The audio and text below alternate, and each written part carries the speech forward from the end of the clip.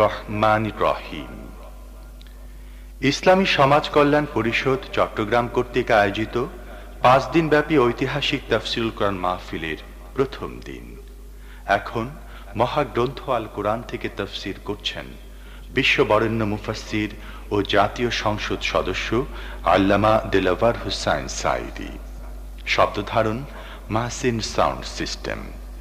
ক্যাসেটটির প্রযোজনায় সিএইচপি, পরিবেশনায় Spondon audio visual centre, Dhaka. তাফসীর মাহফিল 2003 প্রথম দিনের দ্বিতীয় খণ্ড। আপনার আমার পরীক্ষা মৃত্যুতে জন্ম থেকে শুরু মৃত্যু পর্যন্ত, কিন্তু রেজাল্ট এখানে আউট হবে না। রেজাল্ট আউট হবে কোথায়? কিয়ামতের দিন। কোথায় হবে? হতেই হবে কিয়ামতের দিন। সেদিন এই পৃথিবীতে যারা ভালো কাজ করবে, ভালো কাজের জন্য আল্লাহ পুরস্কার দিবেন, আর মন্দ কাজ যারা করবে তাদের জন্য তিরস্কার তারা পাবেই। এই জন্য বিচার, কিয়ামত হওয়া, বিচার হওয়া, এটা বিবেকের দাবি, এটা জ্ঞানের দাবি। যারা বুদ্ধিজীবী দাবি করে কপাল পোড়া, এরা এটা বোঝে না, এদের মাথার মধ্যে এটা ঢোকে না। ঠিক কিনা বলে? প্রিয় ভাই সব, কিয়ামত হবে এবং কিয়ামতে আল্লাহর দরবারে আমাদের সকলকে উঠতে হবে, এতে কোনো সন্দেহের অবকাশ নাই। এবার দেখেন আল্লাহ পাক এবার যুক্তি দিয়ে বুঝাচ্ছেন। সুবহানাল্লাহ বলেন।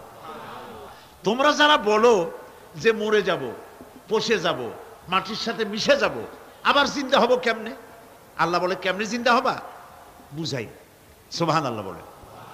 আল্লাহ রাব্বুল আলামিন বলেন, আল্লাহুল্লাযী আরসালার রিয়াহা ফাতুসিরু সাহাবা فسقناه إلى بلد ميت فأحيينا به الأرض بعد موتها كذلك النشور।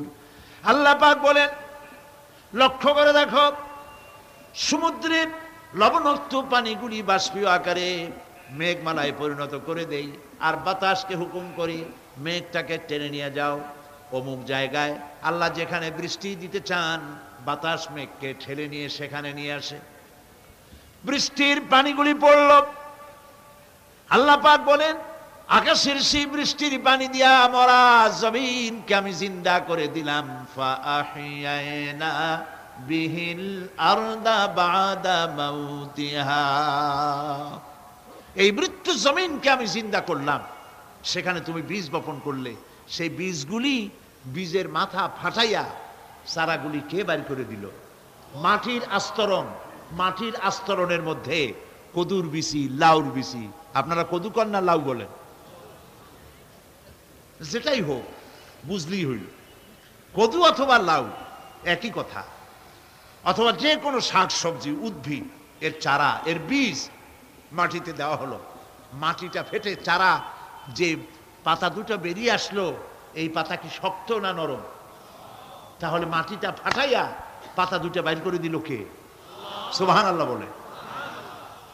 মরা জমিন থেকে, মরা জমিনে বৃষ্টির পানি দিয়ে জমিনটাকে জিন্দা করে তার ভিতর থেকে আমি এভাবে করে জিন্দা করি, উদ্ভিদগুলিকে জিন্দা করে দেই। ঠিক একইভাবে কাযালিকান নুশুর, এইভাবে করে কিয়ামতে তোমাদেরকে উঠানো হবে। সুবহানাল্লাহ। লাল শাক দেখছেন? লাল শাক খান না আপনারা? বিচিগুলো ছোট ছোট, বিচিগুলি ছড়ায় দেন, দেখবেন কয়েকদিনের মধ্যে মাটির থেকে সব উদ্গত হয়ে যাবে। আল্লাহ পাক এই পৃথিবীতে আমাদের সৃষ্টি করেছিলেন, কবরের মধ্যে আমরা চলে যাব। সেই কবর কি, হাসর কি, ইত্যাদি বলবো ইনশাআল্লাহ ধীরে ধীরে। তো মাটির ভিতর থেকে এই গাছগুলি, চারাগুলি যেভাবে উদ্গত হয়, আল্লাহ পাক বলছেন এইভাবে করে আমি তোমাদেরকে জিন্দা করব, আবার উঠাবো, এতে কোনো সন্দেহ নাই। সুবহানাল্লাহ। রব্বুল আলামিন দৃষ্টান্ত দিয়ে বুঝাচ্ছেন, আলাম ইয়াকুন নুতফাতাম মিন মানিয়্যিন ইউমনা ثم كان علقة فخلق فسوى فجعل منه الزوجين الذكر والأنثى। আল্লাহ পাক বলেন, মানুষকে নিকৃষ্টতম মাতৃগর্ভে নিক্ষিপ্ত এক ফোঁটা পানি ছিল না, আমি তার থেকে আকার আকৃতি দিয়ে সুগঠিত করে মানুষের আকার দান করেছি, আর মায়ের পেটের ভিতরে আমি নারী আর পুরুষ বানাইছি, কন্যা সন্তান এবং পুত্র সন্তান বানাইছি। সুবহানাল্লাহ কোন। এখন মানুষে কয় যে আমরাও পারি। এই যে ক্লোনিং সিস্টেম একটা শুরু হয়েছে, শুনছেন আপনারা? কথা না কইলে বুঝি কি? ক্লোনিং পদ্ধতি। এটি ক্লোনিং পদ্ধতি বিজ্ঞানীরা যারাই কাজটা করতেছে তারা বিশ্ব সভ্যতাকে বিনষ্ট করার একটি মারাত্মক কাজে তারা হাত দিয়েছে। ক্লোনিং পদ্ধতিতে যে যা কিছু তৈরি হয়, এর আগে ভেড়ার বাচ্চা হয়েছে, ছাগলের বাচ্চা বানাইছে, সেগুলি তার মায়ের মতোই হয়েছে অথবা পিতার মতো হয়েছে। পিতার ডিএনএ নিয়ে একটা পুরুষ জাতীয় জন্তুর ডিএনএ অথবা স্ত্রী জাতীয় একটি জন্তুর ডিএনএ নিয়ে তারপরে বিশেষ প্রক্রিয়ার মাধ্যমে সন্তান, এই বাচ্চা উৎপাদনের ব্যবস্থা তারা শুরু করেছে পশু দিয়ে। এরপরে মানুষ এভাবে করা যায় কিনা সেই চিন্তা তারা করেছে। ইতিমধ্যে নাকি দুটো বাচ্চা হয়েছে, এটা সত্য না মিথ্যা এখনো যাচাই করা যায় নাই। কিন্তু পশুর থেকে যেগুলো হয়েছে সবগুলি রোগ নিয়ে আসছে পৃথিবীতে, গেল এক নম্বর কথা। দুই নম্বরের ডিএনএর মাধ্যমে যে মানব শিশু পয়দা হয় তার সবগুলি তার মায়ের অনুকরণে হয়, একেবারে অবিকল মায়ের চেহারা নিয়ে আসতেছে, অবিকল পিতার চেহারা নিয়ে আসতেছে। চিন্তা করুন, এই মেয়ে যখন বয়স প্রাপ্তা হবে তখন তার পিতা কি করে বুঝবে তার বউ কোনটা আর মেয়ে কোনটা? কথা শুনতেছেন? পিতার অবিকল চেহারা নিয়ে একটা সন্তান আসলো, এখন সন্তান বড় হয়েছে, তার মা কি করে বুঝবে যে আমার স্বামী আসছেন, আমার ছেলে আসছে? মানুষের এই হাজার হাজার crore crore million billion trillion মানুষ আল্লাহ পাক সৃষ্টি করেছেন এই পৃথিবীতে, একটা মানুষের চেহারার সাথে আর একটা মানুষের মিল না, গলার আওয়াজেরও মিল নাই। যতই নকল করার চেষ্টা করুক একজন আর একজনের, ধরা পড়েই। ঠিক কিনা কন? ধরা পড়বেই। গলার আওয়াজের যদি মিল থাকতো কি হইতো? এই যে মাহফিল আসছেন আপনার ওয়াজ শুনতে, বউ আছে বাড়ি, আপনার অবিকল আপনার আওয়াজের মতো একজন, গলার আওয়াজ ঠিক একই রকম, আপনার ঘরের দরজা কাছে যেয়ে বলতো, শুনছো আমি আসছি, দরজা খুলে দাও। তারপর দরজা খুললে কি হইতো চিন্তা করেন? সুবহানাল্লাহ বলবেন না? সুতরাং ক্লোনিং পদ্ধতিতে যারা মানুষ বানাবার চেষ্টা করছে বিশ্ব সভ্যতাকে ধ্বংস করার জন্য, নৈতিকতার বাঁধকে ভেঙে দিয়ে পৃথিবীকে জেনা ব্যভিচারের একটি বিশাল একটি জাহান্নামে পরিণত করার জন্য তারা এই চেষ্টা চালাচ্ছে। উচিত হবে পৃথিবীর সমস্ত নেতৃবৃন্দ, বিশ্ব নেতৃবৃন্দের ঐক্যবদ্ধ হয়ে এই দুঃসাহসিক কাজকে বাধা দিয়ে বন্ধ করে দেওয়া উচিত।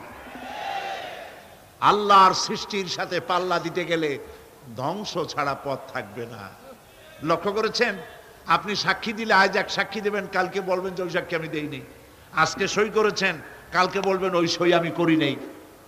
কিন্তু আল্লাহ রাব্বুল আলামিন আপনার ফিঙ্গারপ্রিন্ট, আপনার আঙ্গুলের ছাপ এমন করে দিয়েছেন, এই আঙ্গুল দিয়ে যদি কাগজের উপর একটা টিপ মারেন, টিপ সই করেন, আপনার বাবা কবর থেকে উঠে এসেও বলতে পারবে না যেটা আপনার না। আদম আলাইহিস সালাম থেকে নিয়ে আজ পর্যন্ত, আজ থেকে নিয়ে কিয়ামত পর্যন্ত যত মানুষ পৃথিবীতে এসেছে আর আসবে, কোন মানুষের আঙ্গুলের রেখার সঙ্গে আর একজন আঙ্গুলের রেখার মিল হবে না। এ হচ্ছে আমার আল্লাহর সৃষ্টি। সুবহানাল্লাহ। সুতরাং তিনি বলছেন, আমি মাতৃগর্ভের ভিতরে সন্তান তৈরি করি, সেই সন্তানকে কোনটা কন্যা সন্তান, কোনটা পুত্র সন্তান আমি বানাই। এই কাজটা যিনি পারেন, এবার দেখেন সামনে কি বলতেছেন আল্লাহ, এই কাজটি যিনি করতেছেন, আলাইসা যালিকা বিকাদিরিন আলা আইয়ুহিয়াল মাউতা, এত বড় কাজ যিনি সম্পাদন করেছেন, এক ফোঁটা নাপাক পানি, এক ফোঁটা নিকৃষ্ট গান্দা পানি যার শরীর থেকে নির্গত হলে পরে গোসল ফরজ হয়ে যায়, এমন এক ফোঁটা পানি দিয়ে তোমার জন্মের উৎপত্তি করেছি, আকার দিলাম, হাত দিলাম, পাও দিলাম, চোখ দিলাম, সুন্দর করে বানালাম, তারপরে পৃথিবীতে পাঠালাম। এরপরে তুমি কি করে মনে করতে পারো যে সেই আল্লাহ তোমার মৃত্যুর পরে আবার জিন্দা করতে পারবে না? আলাইসা যালিক, আল্লাহ পাক কি তোমাকে মৃত্যুর পরে, আলাইসা যালিকা বিকাদিরিন, আল্লাহ পাকের পক্ষে এটা কি সম্ভব নয় যে তোমার মৃত্যুর পরে আল্লাহ আবার চিন্তা করবেন? বলেন অবশ্যই পারবেন, বলেন অবশ্যই পারবেন। প্রিয় ভাই সব, আল্লাহ পাক এরপরে বলছেন, ইয়া আইয়ুহান নাসু ইন কুনতুম ফি রাইবিম মিনাল বা'সি ফাইন্না খালাকনাকুম মিন তুরাব। হে মানব সকল, যদি সন্দেহ হয় যে আমি তোমাদের পরকাল সম্পর্কে, যদি পুনরুত্থান সম্পর্কে যদি তোমাদের সন্দেহ হয়, জানা থাকা উচিত আমি তোমাদেরকে মাটি দিয়ে সৃষ্টি করেছি, মাটির উপকরণ দিয়ে সৃষ্টি করেছি। এই মাটির সাথে মিশে যাবা, আবার উঠানো হবে। মাটিতে কবরের মধ্যে মুর্দা রাখার সময় কি বলি আমরা? মিনহা খালাকনাকুম ওয়া ফিহা নুঈদুকুম। পড়েন সবাই, মিনহা খালাকনাকুম ওয়া ফিহা নুঈদুকুম ওয়া মিনহা নুখরিজুকুম তারাতান উখরা। মাতৃগর্ভের ভিতরে মানুষকে আল্লাহ রাব্বুল আলামিন হাত পাও চক্ষু কর্ণ নাসিকা দিয়ে সুন্দর করে মায়ের পেটের ভিতরে বানায়া এই পৃথিবীতে আল্লাহ পাক পাঠায় দেন। আর আল্লাহ পাক বলেন, সুম্মা নুখরিজুকুম তিফলা, বাচ্চার আকারে মায়ের পেট থেকে বের করে দিলাম। যে আল্লাহ রাব্বুল আলামিন এইভাবে করে তোমাদেরকে সৃষ্টি করেন, যালিকা বিআন্নাল্লাহা হুয়াল হক। জেনে রাখো, এসব কিছু এই জন্যই ঘটে যেহেতু আল্লাহ রাব্বুল আলামিন, আল্লাহ তাআলা মহাসত্য, তিনি যা বলেন তাও সত্য, তার কথার মধ্যে কোনো রকমের বৈপরীত্য নাই। দেখবেন এই যে ব্যারোমিটার যন্ত্র আছে, যে যন্ত্রের মাধ্যমে আবহাওয়া মাপা হয়, বৃষ্টি হবে কি হবে না, ঝড় হবে কি হবে না, জলোচ্ছ্বাস হবে কি হবে না, এগুলি ব্যারোমিটার যন্ত্র দিয়া, আবহাওয়া মাপা যন্ত্র দিয়ে তারা মাপে। কিন্তু আপনারা কি কখনো শুনেছেন যে রেডিও টেলিভিশনে বলা হয়েছে সন্দ্বীপ, কুতুবদিয়া, হাতিয়া, সেন্ট মার্টিন এবং বাঁশখালী, আর কি কোন দু একটার নাম, কক্সবাজার, পতেঙ্গা ইত্যাদির উপর দিয়ে 280 মাইল স্পিডে ঝড়ো হাওয়া প্রবাহিত হবে। আগামীকাল 30 ফিট উঁচু হয়ে জলোচ্ছ্বাস হবে, এরকম কথা বলে কেউ? কি বলে? হইতে পারে, হইতে পারে, বজ্র সহ বৃষ্টিপাত হতে পারে। এবার কোরআন শরীফ দেখুন তো, কোরআন শরীফে কোথাও আছে পরকাল হইলেও হইতে পারে, কবর আযাব এটাও হয়তো হইতে পারে, জান্নাত আর জাহান্নাম থাকতেও পারে, এরকম কথা আছে না। সব কথা ডাইরেক্ট, কোন কথার ভিতরে কোন রকমের বৈপরীত্য নাই। আল্লাহ রাব্বুল আলামিন বলেছেন, ইযাস সামাউ ফাতারাত, আকাশসমূহ যখন বিদীর্ণ হয়ে যাবে, ওয়া ইযাল কাওয়াকিবু তাসারাত, আর যখন তারকাসমূহ বিক্ষিপ্ত হয়ে পড়বে, ওয়া ইযাল কুবুরু বুসিরাত, আর যখন কবরের ভিতরে যা কিছু আছে সব উদ্গীরণ করে দেওয়া হবে। সমস্ত কথাগুলি ডাইরেক্ট। যালিকা বিআন্নাল্লাহা হুয়াল হক, যেহেতু আল্লাহ মহাসত্য। ওয়া মান আসতাকু মিনাল্লাহি কিলা, আর আল্লাহর চাইতে সত্যবাদী আর কে আছে? বলেন আছে কেউ? সে আল্লাহ রাব্বুল আলামিন বলেন, এত কিছু কাজ, এত সুন্দর ব্যবস্থাপনা করে যিনি করেন, ওয়া আন্নাহু ইউহিল মাউতা ওয়া আন্নাহু আলা কুল্লি শাইইন কাদির। সে আল্লাহ রাব্বুল আলামিন তোমাদেরকে তোমাদের মৃত্যুর পরে আবার জিন্দা করবেন, এতে সন্দেহ করার কোনো কারণ নাই। ওয়া আন্নাস সাআতা আতিয়াতুন লা রাইবা ফিহা ওয়া আন্নাল্লাহা ইউবআসু মান ফিল কুবুর। আল্লাহ পাক বলছেন অবশ্যই কিয়ামত আসবে, তাকে কেউ বিন্দুমাত্র এতে কোনো সন্দেহ নাই। আর ওয়া আন্নাল্লাহা ইউবআসু মান ফিল কুবুর, আর আল্লাহ পাক অবশ্যই কবরে যা কিছু আছে সব বের করে নিয়ে আসবেন। কান্নাহুম জারাদুম মুনতাশির, যেমন আপনারা দেখছেন কিনা এই যে যখন বন্যা বলে, পানি টানি যখন ওঠে বন্যা না কি বলে, তুফান, বন্যা ইত্যাদি যখন হওয়ার সম্ভাবনা হয়, তখন মাটি থেকে, গ্রাম্য পরিবেশে দেখা যায় মাটি থেকে পোকামাকড়গুলি এভাবে উঠতে থাকে। দেখছেন না আপনারা? দেখছেন কিনা? পাখাওয়ালা পিঁপড়াগুলি এইভাবে সব উঠতে থাকে। কান্নাহুম জারাদুম মুনতাশির, এইভাবে করে পোকামাকড় পতঙ্গগুলি যেভাবে মাটি থেকে উদ্গত হতে থাকে, সমস্ত খবরগুলি থেকে মানুষগুলি এভাবে উদ্গত হয়ে যাবে। তবে হ্যাঁ, আপনারা একটা প্রশ্ন করতে পারেন যে কবর দিয়ে সব উঠবে, কিন্তু যে মানুষের বাগে খাইছে তার কি হবে? যে মানুষ আগুনে পড়ে গেছে তার কি হবে? যে নদীর মধ্যে ডুবে গেছে তার কি হবে? যে কুমিরের পেটে চলে গেছে তার কি হবে? এরকম একটা প্রশ্ন আপনারা করতে পারেন। কবর কাকে বলে সেটা আমাদের জানতে হবে। কবর শুধু মাটির গর্তটাকেই কবর বলা হয় না, এটি আলমে বারজাখ, এটি পর্দা, এটা জবনিকা। মৃত্যুর পরের জীবনটাই হলো আলমে আখিরাত পর্যন্ত যাইতে যে জীবনটা লাগে, যে একটি সময় আছে, এই সময়টার নামটাই হলো কবর। সেটা গর্তের মধ্যে হইতে পারে, মাটির মধ্যে, সেটা বাঘের পেটে হতে পারে, সেটা কুমিরের পেটে হতে পারে, সেটা পানিতে পচে যেতে পারে, এটা কোনো বিষয় না। আল্লাহ পাক উঠাতে চাইবেন এবং সমস্ত কিছুকে কিয়ামতের দিন আল্লাহ রাব্বুল আলামিন তার দরবারে হাজির করবেন। তাহলে আমরা বুঝতে পারলাম যে কিয়ামত যে হবে এই ব্যাপারে কোনো সন্দেহের অবকাশ নাই।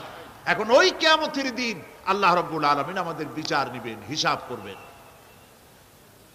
দুনিয়ায় যে পরীক্ষা দিয়েছিলাম, এই পরীক্ষায় যদি কেউ একবার ফেল করে, আর একবার পরীক্ষা দিয়ে পাস করার সুযোগ আছে, আরো একবার যদি ফেল করে আবার পরীক্ষা দিয়ে পাস করার সুযোগ আছে। 10 বার পরীক্ষা দিবেন, 10 বার ফেল করবেন, 100 বার পরীক্ষা দিবেন, 100 বার ফেল করবেন, তারপরেও আবার পরীক্ষা দেওয়ার সুযোগ আছে। কিন্তু কিয়ামতের ময়দানে যদি কোনো মানুষ তার জীবনের পরীক্ষায় যদি ফেল করে, দ্বিতীয়বার পরীক্ষা দিয়া পাস করার আর কোনো সুযোগ নাই। এই পৃথিবীতে জজ কোর্টে কেউ হেরে গেল, হাইকোর্টে আপিল করার সুযোগ আছে। হাইকোর্টে যদি হেরে যায়, সুপ্রিম কোর্টে কেস করে জেতার সুযোগ আছে, আপিল করার সুযোগ আছে। সুপ্রিম কোর্টেও হেরে গেল, প্রেসিডেন্টের কাছে জীবন ভিক্ষা চাওয়া যাইতে পারে। কিন্তু কিয়ামতে আখিরাতে আদালতে ওই জায়গায় মানুষ যদি একবার তার জীবনের মামলায় হেরে যায়, দ্বিতীয়বার আপিল করার আর কোনো জায়গা নাই। কঠিন জায়গা, সেই জায়গা হবে এবং সেখানে সবাইকে উঠতেই হবে। সুতরাং এই যে প্রশ্ন করা হয় যে এই কিয়ামত কবে হবে, এটা বিশ্বাস করি না, হ্যান ত্যান ইত্যাদি, মরলে আবার জিন্দা করবে কে, এইসব প্রশ্নের কোনো দাম নাই। আল্লাহ পাক এই ব্যাপারে আরেকটি কথা বলছেন, ইয়াসআলুনাকা কাআন্নাকা হাফিয়্যুন আনহা কুল ইন্নামা ইলমুহা ইনদাল্লাহ ولكن أكثر الناس لا يعلمون। হে নবী, এরা আপনার কাছে এই প্রশ্নটা করে এইভাবে যে কিয়ামত কবে আসবে, মনে হয় যেন আপনি এটা জানেন। এই ইলম কিয়ামত কবে হবে মনে হয় যেন আপনি এটা জানেন, সেই জন্য তারা এই প্রশ্নটা করছে। আসলে কুল ইন্নামা ইলমুহা ইনদাল্লাহ, কিয়ামত কবে হবে এটা কে জানেন? ওয়ালাকিন্না আকসারান নাস লা ইয়ালামুন, অবশ্যই অধিকাংশ মানুষের এইটা জানে না। কিয়ামত কবে হবে এটা একমাত্র আল্লাহ পাক জানেন। পরকালের জীবন যে হবে এতে কোনো সন্দেহ নাই, সেই ব্যাপারে আল্লাহ পাক বলছেন, আআনতুম আশাদ্দু খালকান আমিস সামাউ বানাহা তোমরা যে পুনরুত্থান সম্পর্কে অস্বীকার করো, এবার চিন্তা করো তোমারে বানানো কঠিন না ওই মহা আকাশটা বানানো কঠিন? কোনটা কঠিন বলেন না আপনারা, কোনটা কঠিন? আপনারা একটু তাকায় দেখেন তো, এই যে বিশাল প্যান্ডেল, এই প্যান্ডেলে খুঁটি আছে না নাই? আছে কি না? কতগুলা খুঁটি গুনতে আপনার আধা ঘন্টা খানেক সময় লাগবে, ঠিক না? এই একটা প্যান্ডেল বানাতে যদি এতগুলি খুঁটি লাগে, তাহলে বিশাল আকাশে যদি এই রকম খুঁটি লাগতো আকাশটারে ঝুলায় রাখার জন্য, তাহলে চিন্তা করেন তো, খুঁটির জ্বালায় গাড়ি চালানো যাইতো? আছে কোনো খুঁটি? জোরে বলেন আছে? নাই। ওই আকাশটাকে আল্লাহ পাক বলছেন আনতুম আশাদ্দু খালকান আমিস সামাউ বানাহা, তোমারে বানানো কঠিন নয় বিশাল আকাশ বানানো কঠিন? কোনটা কঠিন ছিল? তো ওই আকাশটা বানানোই তো আল্লাহ পাকের কাছে সহজ হয়ে গেছে। তাহলে তোমারে একবার বানাইয়া যে একবার বানাতে পেরেছেন তিনি আবার চিন্তা করতে পারবেন না, এই চিন্তা কেন করো? আল্লাহ রাব্বুল আলামিন কোরআনে কারীমের ভিতরে পরিষ্কার করে বলেছেন, ওরা বলে, কাফের বেঈমানেরা বলে, ক্বালা মান ইউহয়িল ইযামা ওয়া হিয়া রামীম, আমাদের হাড় গোড় যখন পচে যাবে, গলে যাবে, কে আমাদের জিন্দা করবে? জবাবে আল্লাহ পাক বলেন, হে নবী আপনি বলুন, কুল ইউহয়িয়াল্লাযী আনশাহা আউওয়ালা মাররা, আপনি বলে দিন যে আল্লাহ রাব্বুল আলামিন একবার তোমাকে সৃষ্টি করেছেন, প্রথমবার যিনি সৃষ্টি করেছেন দ্বিতীয়বার মৃত্যুর পরে আবার তিনি জিন্দা করবেন। কেন বিশ্বাস করো না? সুতরাং এই যে আল্লাহ পাক মানুষকে জীবন দিয়েছেন, এই জীবনের পরে মৃত্যু, মৃত্যুর পরে আবার আমাদের সকলকে উঠতে হবে এবং আল্লাহ পাকের দরবারে আমাদেরকে উপস্থিত হতে হবে। এই কথাগুলি যারা অস্বীকার করে, পরকাল যারা মানে না, তাদের সম্পর্কে আল্লাহ পাক বলছেন, ওয়াল্লাযীনা কাযযাবু বিআয়াতিনা ওয়া লিকাইল আখিরাতি হাবিতাত আমালুহুম, আল্লাহ পাক বলেন যারা পরকালকে অস্বীকার করেছে, আখিরাত যারা মানে না, তাদের জিন্দেগীর সকল আমলগুলিকে আল্লাহ পাক বরবাদ করে দিবেন। পরকালের বিশ্বাসের উপরে ভিত্তি করেই মানুষের চরিত্র ভালো হইতে বলেন পারে। একটা দৃষ্টান্ত দেই, একটা দৃষ্টান্ত। এই যে যারা চুরি করে, ডাকাতি করে, সন্ত্রাস করে মানুষ মারে, এখন তো আল্লাহর রহমতে সন্ত্রাস বন্ধ হয়েছে, হয় নাই? হয়েছে কিনা? সন্ত্রাস বন্ধ হয়েছে, আলহামদুলিল্লাহ বলেন। এই সন্ত্রাসগুলি করে কি জন্যে? এদের ধারণা নাই যে আল্লাহ পাক আমাদেরকে উঠাইতে পারবে, আমাদের মৃত্যু হবে, পরকালের চিন্তা নাই বলেই তারা এই কাজটা করে। চাঁদাবাজি, মাস্তানি, কে আপনাকে ঠেকাবে? পুলিশের ভয় আপনি ঘুষ নেবেন না, পুলিশে দেখে ফেলবে। অথবা পুলিশ মনে করলো যে আমার ঊর্ধ্বতন অফিসার তো দেখেন আমি ঘুষ নেই। এরা যাতে অন্যায় না করে, অফিসাররা, গভর্নমেন্টের লোকেরা অন্যায় না করে, জনগণ অন্যায় না করে, সেই জন্য অ্যান্টি করাপশন ডিপার্টমেন্ট রাখা হয়েছে, দুর্নীতি দমন বিভাগ। দুর্নীতি যাতে না করে সেই জন্য দুর্নীতি দমন বিভাগ।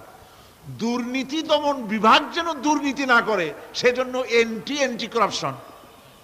এখন দুর্নীতি যাতে না হয়, ওই দমন বিভাগের দুর্নীতি বন্ধ করার জন্য যারে বানানো হলো, তারাও যাতে আবার দুর্নীতি না করে সেই জন্য অ্যান্টি করাপশন। কত এন্টি বানাবেন কোন?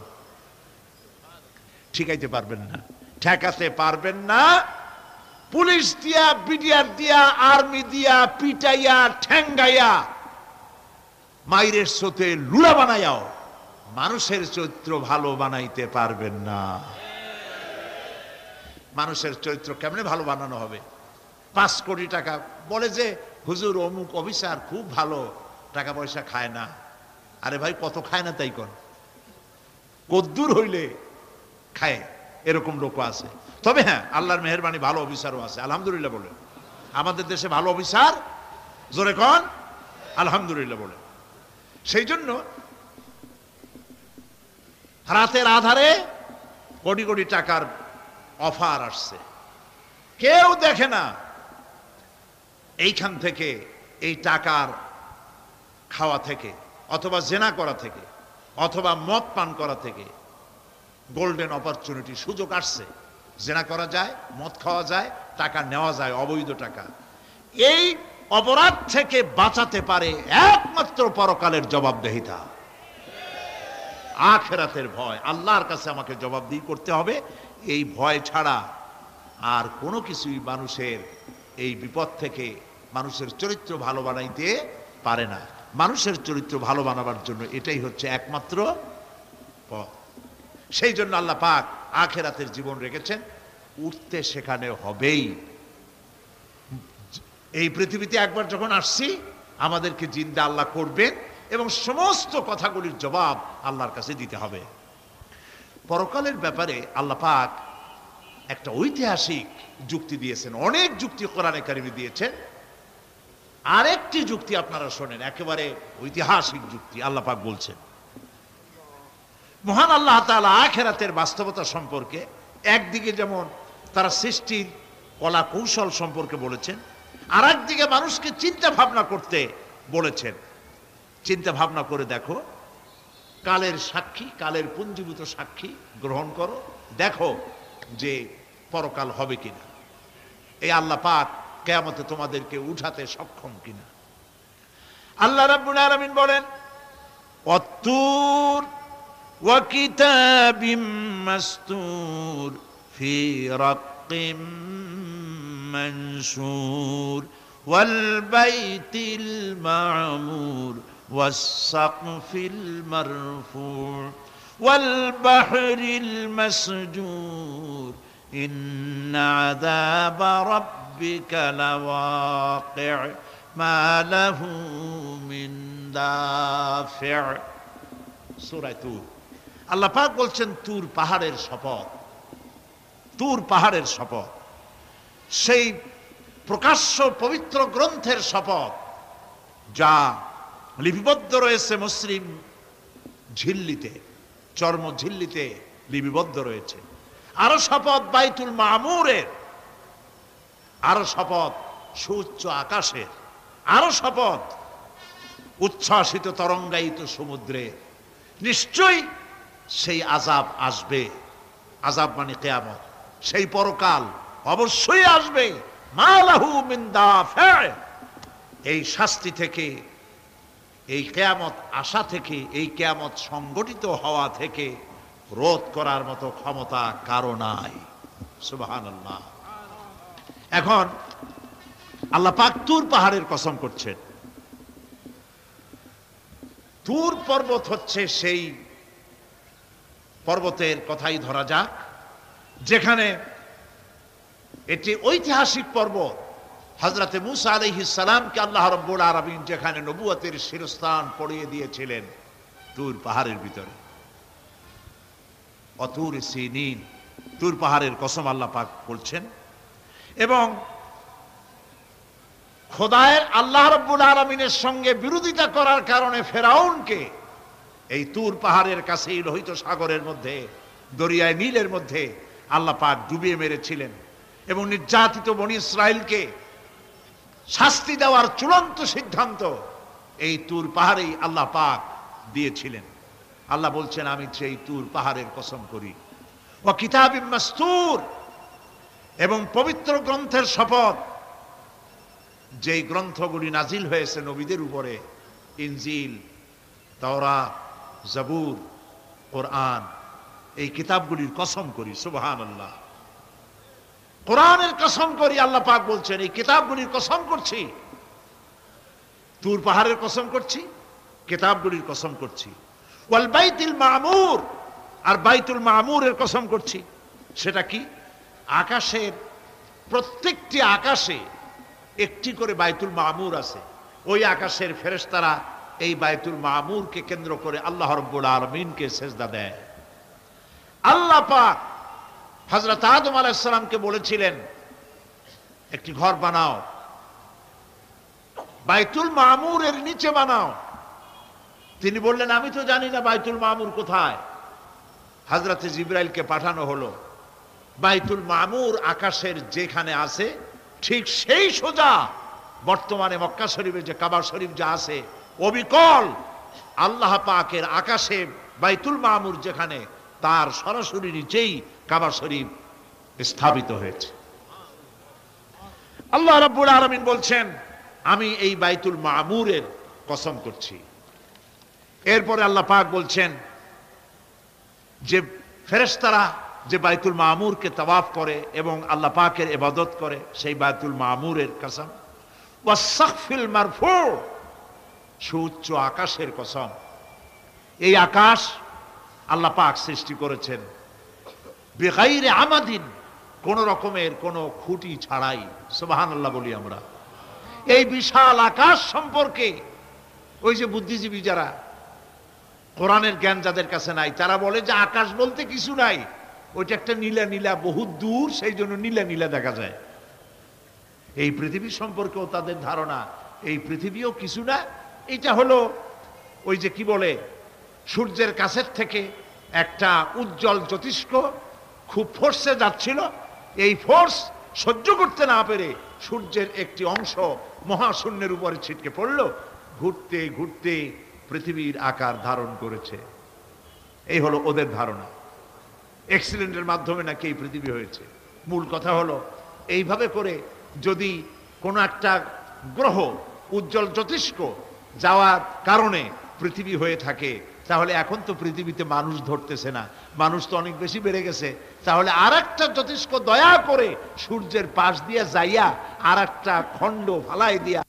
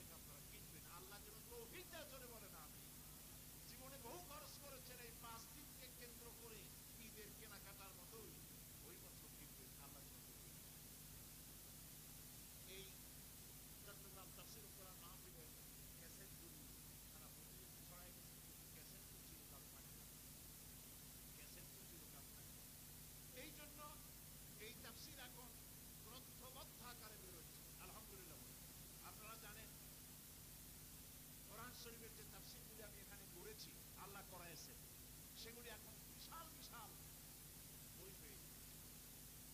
সূরা ফাতিহা হয়েছে 520 পৃষ্ঠা, এত বড়। যারা সেনেছে তারা এর নাম রেখেছে তাফসীরে সাঈদী সূরা ফাতিহা। আমপারা বেরিয়েছে 588 পৃষ্ঠা।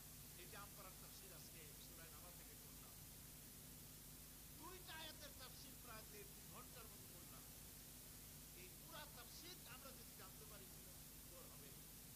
আমপারা, তাফসীরে সাঈদী এবং সূরা আসর এখানে করেছিলাম 5 দিন। সেই 5 দিনের তাফসীর 488 পৃষ্ঠা সূরা আসর। ইমাম শাফিঈ রাহমাতুল্লাহ আলাইহি বলেছেন, সূরা আসর পড়ার পর মনে হয়েছে যে কোরআন শরীফের আর কোন সূরার নাম না হইলেও চলবে। সুবহানাল্লাহ। এগুলি সব দোকানে আছে, সূরা ফাতিহা, আমপারা, সূরা আসর, এগুলি আপনারা খরিদ করবেন। তাফসীরুল কোরআন কিনবেন, জিলানীর কোরআন কিনবেন। আল্লাহ যেন আপনাদেরকে তৌফিক দান করে। সবাই বলি আমিন। আমি আমার বন্ধু হযরত মাওলানা শামসুদ্দিন সাহেবকে সূরা ফাতিহা দিয়েছি, আমপারা এবং সূরা আসর। আগামীকাল অথবা আমি আমার সময় মতো দিব।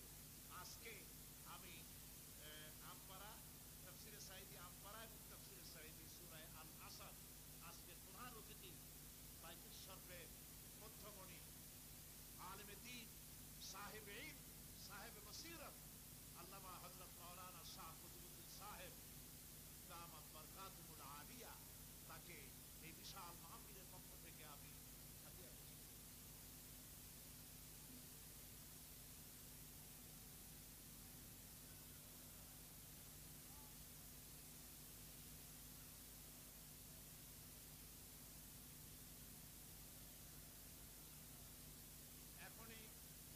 এখনই আমরা মোনাজাত করব। মোনাজাতের পরে আজান হবে, আজানের পর বা জামাত আমরা নামাজ আদায় করবো, ইশার নামাজ ইনশাআল্লাহ। আল্লাহুম্মা রব্বানা যালামনা আনফুসানা ওয়া ইন লাম তাগফির লানা ওয়া তারহামনা লানাকুনান্না মিনাল খাসিরিন।